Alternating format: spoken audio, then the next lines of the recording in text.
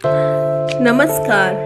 आप सभी का स्वागत है आपके अपने चैनल श्री कैंची धाम डेली दर्शन में। आज हम आपको बताएंगे, यदि आप श्री कैंची धाम महाराज जी के दर्शन हेतु जा रहे हैं तो कैंची धाम से ये दो चीज़ें, ये दो वस्तुएं लाना बिल्कुल भी नहीं भूलना। दोनों चीज़ें आपके घर में, आपके हृदय में और आपके विचारों में ऐसा क्रांतिकारी परिवर्तन करने में सक्षम है, जिससे कि आप बाबा की अद्भुत कृपा से निहाल हो जाएंगे। तो आइए जानते हैं उन वस्तुओं के बारे में क्रमबद्ध तरीके से। इस अद्भुत क्रमांक के ऊपर आइए विचार डालते हैं। तो देखिए, जब भी आप कैंची धाम जाते हैं तो श्री कैंची धाम की जो धारा है वो इतनी पवित्र है कि महाराज जी का साक्षात आशीर्वाद वहाँ वास करता है। जब भी आप कैंची धाम में पग रखते हैं तो आपको स्वयं एक ऐसी ऊर्जा का अनुभव होता है जो कि स्वयं महाराज जी के हृदय से प्रवाहित होकर आपको स्पर्श करती है। ये एक ऐसा स्थान है जिसमें आपने अपने जीवन में कभी अनुभव नहीं किया होगा। हमारी ऐसी इच्छा रहती है, हमारे मन ही नहीं करता कि कैंची धाम से हम वापस आएं। अब प्रश्न उठता है, जब हम कैंची धाम जाते हैं तो कौन सी चीज़ वहाँ से लेकर आए और कौन सी चीज़ वहाँ लेकर जाए। सबसे पहली चीज़ आपको बता दें, स्वयं श्री बाबा जी हनुमान जी के अवतारी माने जाते हैं। कैंची धाम बाबा हनुमान जी के अवतारी माने जाते हैं। तो हनुमान जी को सबसे ज़्यादा प्रिय लड्डुओं का भोग माना जाता है। और जब भी आप कैंची धाम जाएं तो प्रसाद स्वरूप लड्डुओं का भोग अवश्य लगाएं, क्योंकि बाबा जी को लड्डुओं का भोग अत्यंत प्रिय है। और जब आप कैंची धाम जाते हैं तो मुख्यतः वहाँ बहुत दुकानें हैं जो वहाँ से आप बेसन के लड्डू, सामान्य लड्डू बाबा जी के भोग के लिए खरीद कर अपने साथ लेकर के जा सकते हैं।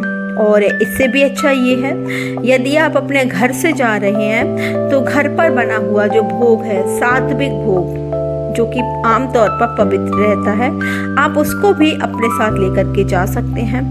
आप बाबा जी को उसका भी भोग लगा सकते हैं। घर के सात्विक भोग से अच्छा महाराज जी के लिए कोई भोग नहीं लग सकता। अब बात आती है, जब आप कैंची धाम जाते हैं तो वहाँ से ऐसी कौन सी वस्तु है, ऐसी कौन सी चीज़ है जो आपको लेकर आनी चाहिए। आपको बता देते हैं, जब आप कैंची धाम आए तो बाबा जी की बहुत सी अद्भुत कृपा आपको मिलती है। सबसे पहली चीज़ ये है कि कैंची धाम में जो प्रसाद आपको प्राप्त होता है, वैसे तो वहाँ हमेशा चने और हलवे का प्रसाद प्राप्त होता है। और उस प्रसाद को आप अपने साथ अपने घर अवश्य लेकर के आएँ और उसको अपने घर के सदस्यों में वितरित जरूर करें, जिससे कैंची धाम जो जाता है, जितने ज़्यादा लोगों तक कैंची धाम का प्रसाद पहुंच पाता है, उतना ज़्यादा सबको आशीर्वाद कैंची धाम का मिल पाता है। लोगों पर बाबा जी का आशीर्वाद उतने ज़्यादा प्राप्त होता है। और अब एक दूसरी चीज़ है कि श्री कैंची धाम की जो पावन भूमि है वो बहुत दिव्य है।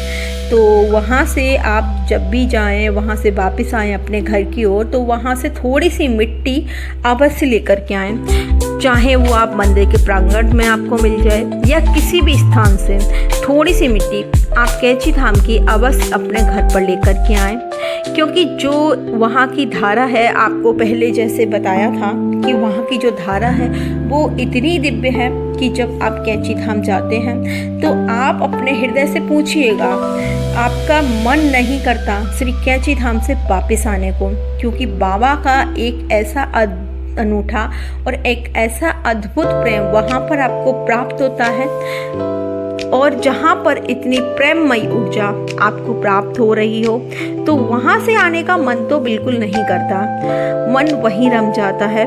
तो श्री कैंची धाम की जो मिट्टी है उसको आप अपने साथ अपने घर पर अवश्य लेकर के आएँ और किसी ऐसे पवित्र स्थान पर रखें जहाँ पर आप रोजाना उनके दर्शन कर सकें। इससे ये होगा कि एक तो आपकी स्मृति में हमेशा कैंची धाम रहेंगे और आप बाबा आपको याद रहेगा कि आपने बाबा के दर्शन किए थे। और दूसरा, श्री कैंची की धाम की जो मिट्टी जिस स्थान पर आप रखेंगे वो स्थान स्वाभाविक तौर पर बहुत ही पवित्र है और वहाँ सकारात्मक ऊर्जा का वास हो जाएगा और वो स्थान बहुत ही पवित्र हो जाएगा जो आपको अपनी ओर आकर्षित करेगा। ये था आज का क्रमांक।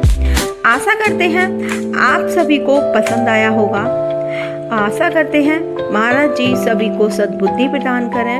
मिलते हैं अगले क्रमांक में, तब तक के लिए जय श्री राम, जय कैंची धाम, जय हनुमान।